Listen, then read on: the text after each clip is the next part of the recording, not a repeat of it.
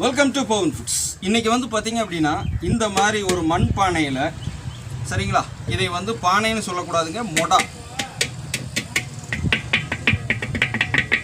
தெரியுது இல்லைங்களா, மொடா கடம் மாதிரி இருக்கக்கூடிய ஒரு மொடா. இந்த மொடாவில் நம்ம வந்து பார்த்திங்க அப்படின்னா வருடத்துக்கு ஒரு முறை வாங்கி இதோ உங்களுக்காக காட்டுற பார்த்துங்க. புளி இன்னைக்கு க்ளோஸில் உள்ள நிகழ்ச்சியில் காட்டுறனாலாம் இந்த புளியை வந்து பார்த்திங்க அப்படின்னா நம்ம இதுக்குள்ளே வைத்து ப்ரிசர்வேட்டிவ்னு சொல்லுவாங்க, பாதுகாத்து வைக்கிறது. வச்சுட்டோம் அப்படின்னா வருட கணக்கில் வைத்து பயன்படுத்தலாம். நாங்கள் கடந்த 2 வருடங்களுக்கு முன்னாடி 5 கிலோ வாங்கினோங்க, அதை 2 வருஷம் பயன்படுத்தினோம்.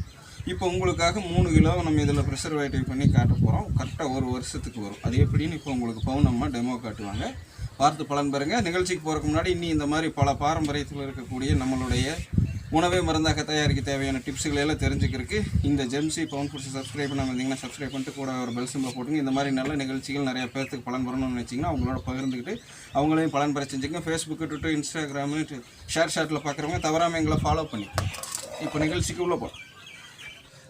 இதோ பார்த்துக்குங்க, போன வருடம் நல்லா தெரியுது. அதாவது 2 வருடங்களுக்கு முன்பு இந்த பானைக்குள்ளே வச்சுருந்தது எப்படி அந்த ரெட்டாக ஆகிருக்கு அப்படின்னு. ஆனால் அது ஒன்றும் ஆகாதுங்க, சரிங்களா. இப்போது அந்த பானையை வெளியே எடுத்து இப்போது பார்த்தீங்க அப்படின்னா நம்மளுக்காக பவுனம்மா செய்து காட்டுவாங்க. முதல்ல ஒரு கோட்டு உப்பு போடணும், பவுனம்மா போடுவாங்க பாருங்கள்.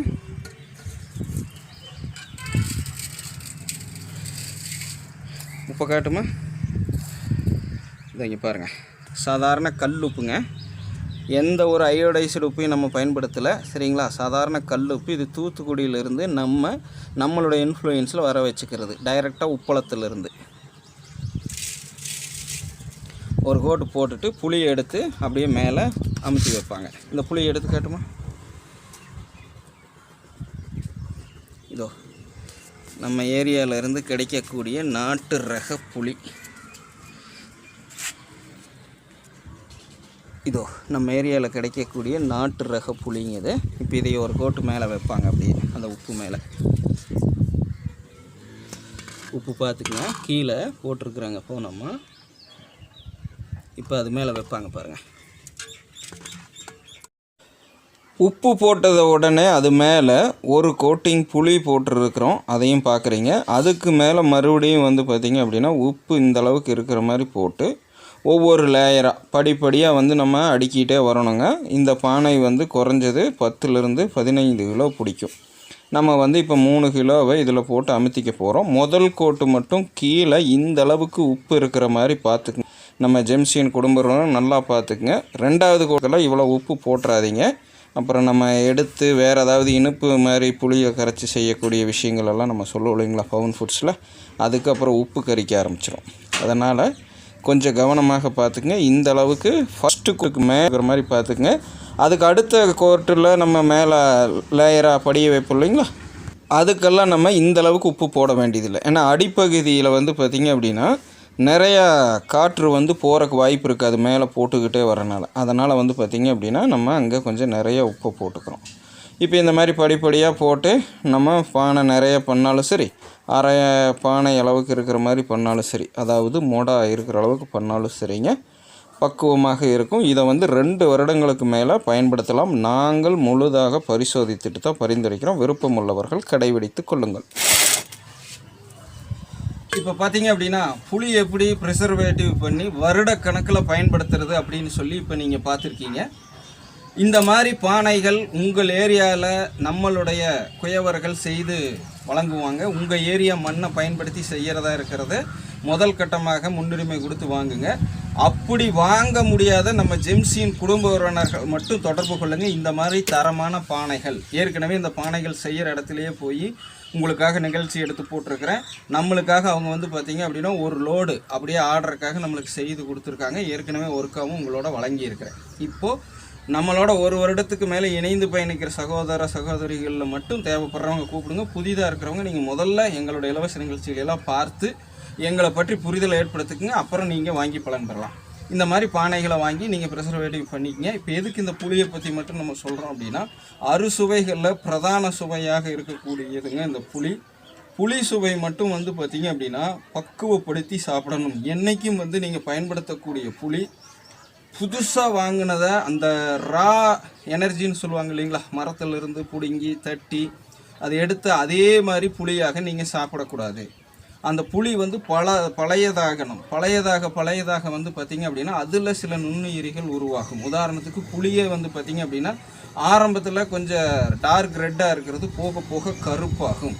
அந்த கருப்பு புளியில் வந்து நம்ம ரசம் வச்சோம் அப்படின்னாலும் சரி, சாம்பார் வச்சோம்னாலும் சரி, அவ்வளவு சுவையாக இருக்குங்க. கூடுதல் தகவல் என்னன்னா சத்துக்களும் நிறைந்ததாக இருக்கும். இன்னியும் அஜீரண கோளாறு, குடலில் இருக்கக்கூடிய அந்த குடல்வாழ் புழுக்கள் எல்லாம் சொல்கிறாங்க இல்லைங்களா, அதையெல்லாம் வந்து குறிப்பிட்ட அளவில் மெயின்டைன் பண்ணுறதுக்கு அந்த புளியோட நச்சுத்தன்மை நம்மளுக்கு உதவும். இதனால தான் நம்ம முன்னோர்கள் வருடக்கணக்கில் புளியை வைத்து பயன்படுத்தினாங்க. அது வருடத்துக்கு ஒருக்க சீசனில் கிடைக்கக்கூடிய பொருள் அப்படிங்கிறதுனால மட்டுமல்ல, அதை வந்து இந்த மாதிரி பக்குவப்படுத்தியில், அதுவும் இந்த மாதிரி பானைகளை பயன்படுத்தி நம்ம பக்குவப்படுத்தியில் அது வந்து பார்த்திங்க அப்படின்னா மாதங்கள் போக போக ஒவ்வொரு நிலையை அதை அடைந்து கொண்டே இருக்கும். உதாரணத்துக்கு சந்தேகப்படுறவங்க நீங்களே வாங்கி இந்த மாதிரி இப்போ பௌர்ணமாக காமிச்சு இந்த மெத்தடில் ப்ரிசர்வேட் பண்ணி பாருங்கள். மாதமாக அதோட கலர் எப்படி சேஞ்சஸ் ஆகுது அப்படின்னு, சுவை எப்படி மாறுதுங்கிறதையும் நீங்கள் பாருங்கள். இப்போ உதாரணத்துக்கு ஒரே ஒரு சாம்பார் எடுத்துக்கங்க. ஒரு சாம்பாரில் புளியை ஊற்றி நம்ம சொல்கிற மாதிரி காய்கறிகள் சத்துக்கள் வேஸ்ட் ஆகாமல் புளி கரைசல் போட்டதுக்கப்புறம் காயை போட்டு சமைச்சு சாப்பிட்றத வாடிக்கையாக வச்சுங்க. அந்த நிகழ்ச்சியும் கீழே இருக்குது, இது வரைக்கும் பார்க்காதவங்க பார்த்துக்குங்க. நிறைய வழங்கி இருக்கிறோம். அதை பற்றி எல்லாம் அப்பப்போ உங்களுக்கு இந்த மாதிரி இன்ட்ரோ கொடுத்துக்கிட்டே இருக்கிறோம். இப்போ விஷயத்தை தொடருவோம். அந்த மாதிரி சாம்பாரை தொடர்ந்து வந்து பார்த்திங்க அப்படின்னா நீங்கள் ஒரு 3 மாதங்களுக்கு ஒரு முறை, 4 மாதங்களுக்கு ஒரு முறை அதோட சுவை எப்படி இருக்குது, இந்த புளி பழையதாக அப்படிங்கிறது நீங்களே பரிசோதித்து பார்த்துங்க. இந்த மாதிரி எங்களுடைய 13 வருட ஆராய்ச்சி தகவலை தாங்க உங்கள் முன்னாடி வைக்கிறோம். உணவே மருந்தாக தயாரிக்க இன்றைய காலகட்டத்தில் நம்ம என்னென்னமெல்லாம் இழந்துக்கிட்டு இருக்கிறோம், நம்ம முன்னோர்களோட ஒப்பிடையில் அப்படிங்கிறத மீட்டெடுத்தும் உங்களுக்கு வழங்கிட்டு இருக்கிறோம். இன்றைய காலகட்டத்திலேயே நம்ம வந்து இருக்கக்கூடிய டெக்னாலஜிகளை வச்சுக்கிட்டே எட்டுற மாதிரி தான் எங்களுடைய அந்த நிகழ்ச்சிகள் இருக்கும். நீங்களும் எளிய முறையில் எட்டிக்கலாம். நாங்கள் 13 வருடங்கிறது 25 வருடங்களுக்கு மேலாக இதற்கான கட்டமைப்பை படிப்படியாக அமைத்து வந்ததை நீங்கள் ஒரு 4 வருடத்தில் முழு தற்சார்பு சுயசார்பு வாழ்க்கையை எட்டிக்கிட்டு இந்த மாதிரி நம்ம பாரம்பரியத்தையும் கடைபிடிக்க முடியுங்க இன்றைய நவீன காலத்திலையும்.